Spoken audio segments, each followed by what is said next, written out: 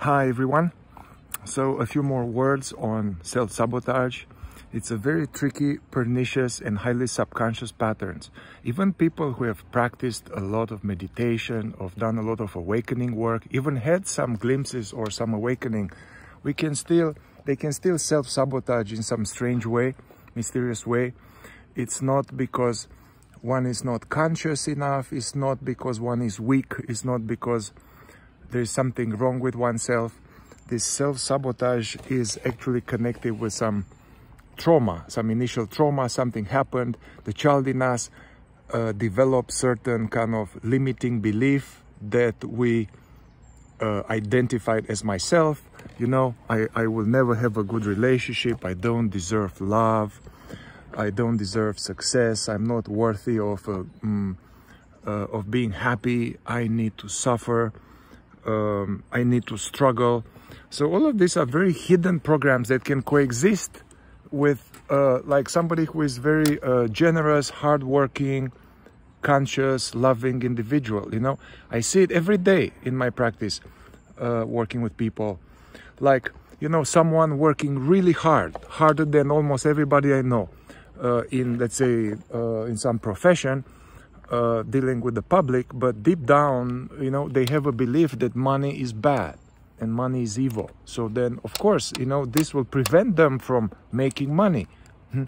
Or somebody keeps attracting the same kind of relationship over and over, where initially it seems great, but then it turns out that then the woman feels again, you know, oh man, I'm again with an addict. I'm again being not valued. I'm again treated like shit, just like what happened with my father.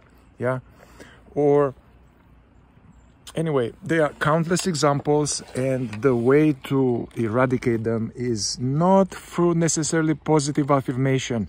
Positive affirmations, I mean, they have a value. I respect Louise Hay a lot, and but positive affirmations usually are like putting some smiley face on an empty tank. You know, the car is not going to go very far. So the way to go is more like to go deep inside within the subconscious in some kind of skillful awareness-based inquiry and identify those beliefs, and there are hidden pain underneath them, and there's trauma underneath them, and simply just make them conscious. Make them conscious.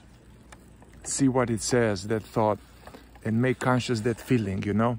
And if you think you are going to get rid of self-sabotage without feeling a little psychological pain, a little sadness, a little anger, a little fear, you are naive, and it's not going to work.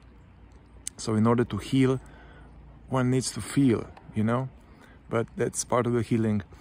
So if this somehow rings familiar, or if you are interested to explore this self-sabotage, then there are still a few spaces for this KI immersion this weekend, tomorrow, Friday, Saturday, Sunday, 3rd, 4th and 5th of November in Nevada City.